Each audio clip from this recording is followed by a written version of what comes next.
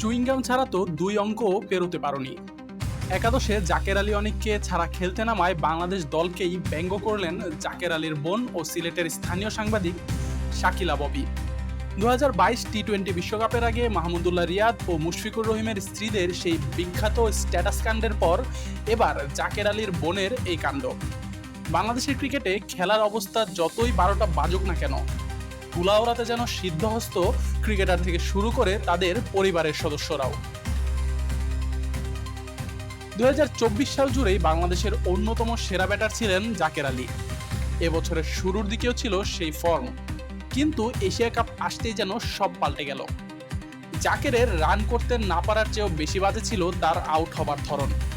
Finishing রোলে খেলে পুরো Asia কাপে একটিও ওভার বাউন্ডারি মারতে না পারার বদনাম তো আছেই, সেই সাথে ব্যাট করেছেন ১০০রও কম স্ট্রাইক রেটে। সেই সাথে এশিয়া কাপের শেষ ২ ম্যাচে অধিনায়কত্ব করে সেই চাপ যেন আরও নুইয়ে দিয়েছিল জাকের আলীকে। এশিয়া কাপের ধারা অব্যাহত ছিল আফগানিস্তানের বিপক্ষে টি-20 সিরিজেও। টি-20তে অধিনায়ক হিসেবে আফগানদের হোয়াইট ওয়াশ করলেও ব্যাটার জাকের ছিলেন দৃষ্টিকটু। কোনো বলই যেন আত্মবিশ্বাসের সাথে খেলতে পারছিলেন না।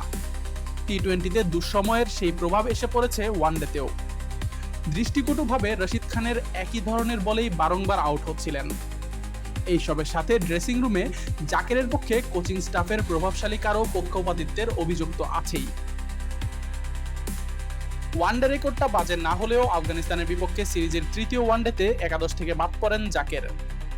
শেষ ৪ ওয়ানডেতে ৭৯ রান করে আবার অন্যায় হয়েছে সেই দাবিও করতে পারবেন না, কিন্তু সেই দাবিই করে বসলেন তার বড় বোন। গত বছর সিলেটে জাকেরের আন্তর্জাতিক অভিষেকের সময় জাকের আর তার বোনের খেলোয়াড় সাংবাদিক জুটি নিয়ে নানান ইতিবাচক আলোচনা হয়েছে। সাংবাদিক শাকিলা আর জাকেরের পরিবারের সংগ্রামের গল্প অনুপ্রেরণাও জুগিয়েছিল অনেককে। কিন্তু জাকেরের পরিবারও বাংলাদেশের ক্রিকেটারদের অসুস্থ সংস্কৃতির বাইরে যেতে পারেনি। যৌক্তিক কারণে বাদ পড়ার পরেও যেন মেনে নিতে পারলেন না কেউ। উল্টো জাকেরের দলে খেলা নিয়ে যখন চারদিকে নেপোটিজমের অভিযোগ, তখন শাকিলার এমন পোস্ট সে আলোচনাকেই উস্কে দেবে বইকি। অবস্থাটা এমন যে কোচদের কারো জাকেরের হয়ে পক্ষপাতিত্বের পর এসব কারণে এখন ক্যারিয়ারটাই না হুমকির মুখে পড়ে যায় এই ব্যাটারের।